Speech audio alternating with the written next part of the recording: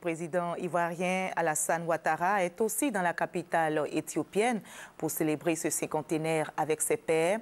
Justement, avant l'ouverture des festivités, il a présidé une séance de travail regroupant 5 pays de la CEDEAO. Ces 5 ont en commun le projet de construction de l'autoroute Abidjan-Lagos. Viviane Aimé nous fait le point.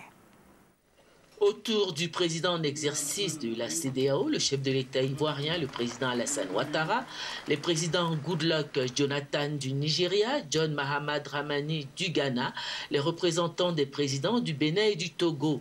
La rencontre avait comme objectif d'examiner en commun et entériner tous les aspects afférents à la réalisation de l'autoroute Abidjan-Lagos, un axe routier qui traversera les 5 pays de la CEDEAO qui sont la Côte d'Ivoire, le Ghana, le Bénin, le Togo, le Nigeria. Il s'agit des aspects relatifs au mode de financement, la structure du projet, le mode de gestion. Les différents pays concernés ont exprimé une nouvelle fois leur volonté de s'engager dans la réalisation de cette importante infrastructure routière qui va faciliter le rapprochement et les échanges entre États. Au stade actuel du projet, la levée de fonds a démarré, a expliqué le ministre ivoirien des infrastructures économiques Patrick Achi, qui a été chargé de faire un point à la presse. Le principe a été arrêté que cette autoroute sera une autoroute de 6 voies, 2 fois 3 voies, qui donc ira depuis Lagos jusqu'à Abidjan. Il a été arrêté que le dispositif juridique qui va être mis en place pour construire et gérer cette autoroute sera un dispositif supranational, donc qui va s'imposer à l'ensemble des pays.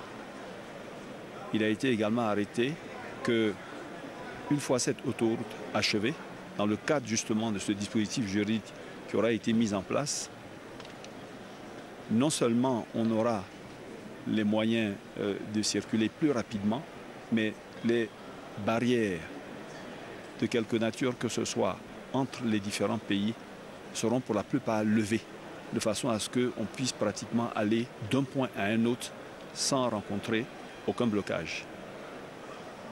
Un des principes qui a également été arrêté, c'est que le projet sera fait dans le cadre d'un partenariat public-privé, avec une présence du privé, non seulement dans la conception, la levée des fonds, mais également la gestion de cet ouvrage qui sera construit. Les chefs d'État présents ont également insisté sur le fait que ce projet résultait d'une volonté politique et que si l'étude sur sa viabilité était intéressante pour avancer, l'un des points majeurs qui permet d'avancer plus rapidement encore, c'est vraiment la volonté politique. Et que cette volonté politique existant, il n'y a aucun souci que les financements pourront se lever avec la garantie de l'État et avec aujourd'hui les annonces des bailleurs de fonds et l'intérêt qu'ils ont manifesté à ce projet-là. Un des points également importants qui a été abordé était le processus de gestion de ce projet jusqu'à son terme. Il a été décidé de mettre en place un comité de pilotage constitué des ministres des 5 pays concernés. Et sur proposition du président en exercice de la CEDEAO, le président de la République de Côte d'Ivoire, la présidence de ce comité a été confiée donc au Nigeria. Et cette proposition a été acceptée par l'ensemble des pays membres.